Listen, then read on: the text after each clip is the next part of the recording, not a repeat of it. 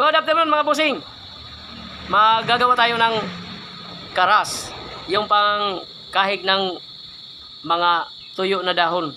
Ito nga pala yung videographer natin, si Boss John 3. Busy sa kanyang big bike. Ismail muna, yung ngiting aso.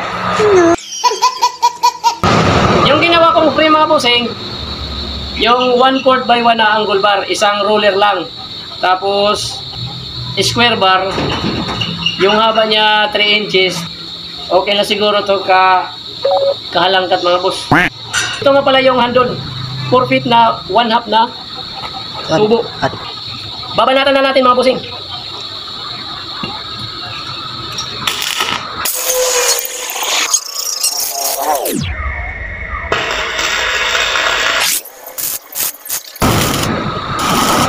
Ito na yun mga bossing. Natapos na din natin. Hindi mabigat.